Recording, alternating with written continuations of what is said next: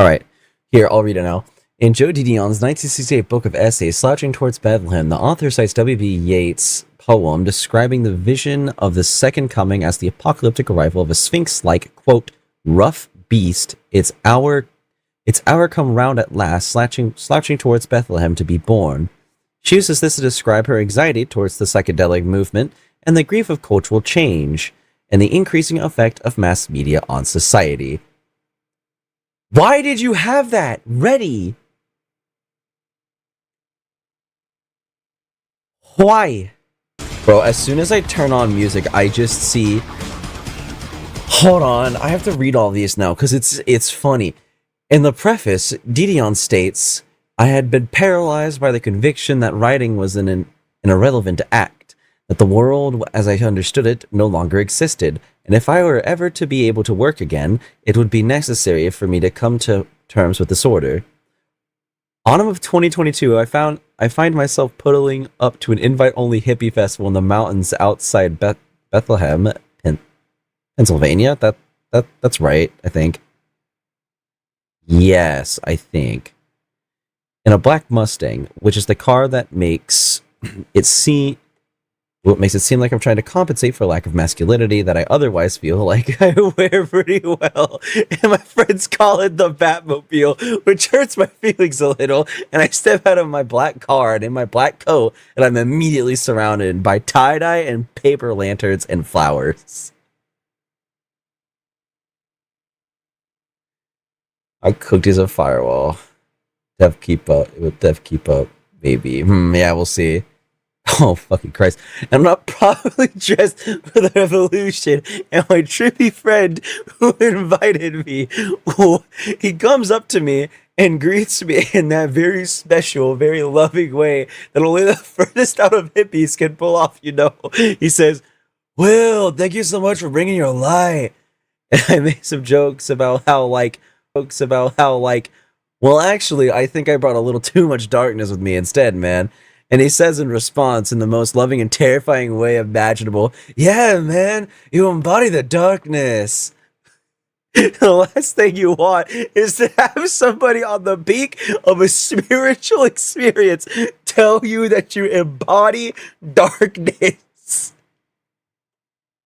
He shows me around the campground, and we're surrounded by countless beautiful, perfect, albeit stinky people, dancing and painting and loving and simply celebrating the joy of being. Holy...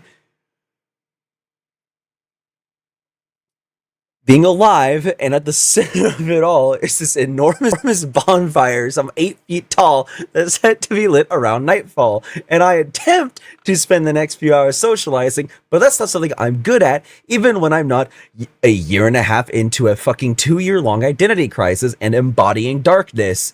And when nighttime comes, it brings with it the, I would guess, roughly 60-pound bag of Lucky Bin mushrooms, and I must have said, fuck it?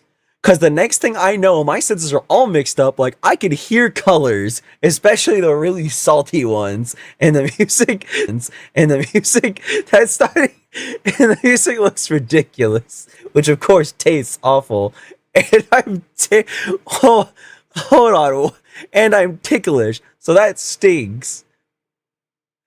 And I am wandering uninvited, unwelcome, and unexpected through strangest campsites in the dark like I'm the ghost of the boy who drowned here 20 years ago today.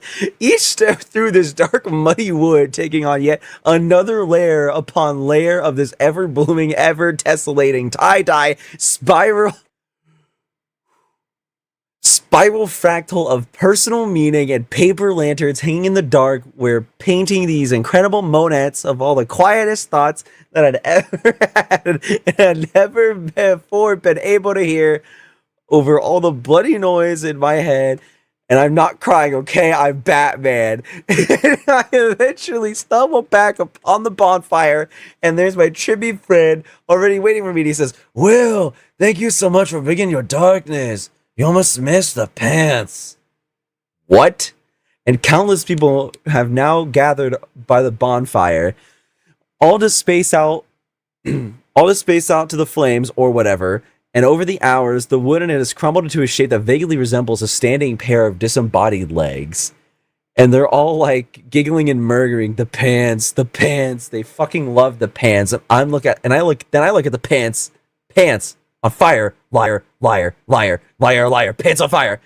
I'm living a lie, and liar's pants must burn. I'm a living lie, and a liar's pants must burn. And so I dash towards the bonfire, and with one fell swoop of my embodied darkness, kick the pants over, sending sparks up into the air, and pants worshipping hippies into a panic. And they all shout, "No, the pants! No, Will, the pants!" And I say, "I'm sorry, I have to change my life." What the fuck did I just read? I'm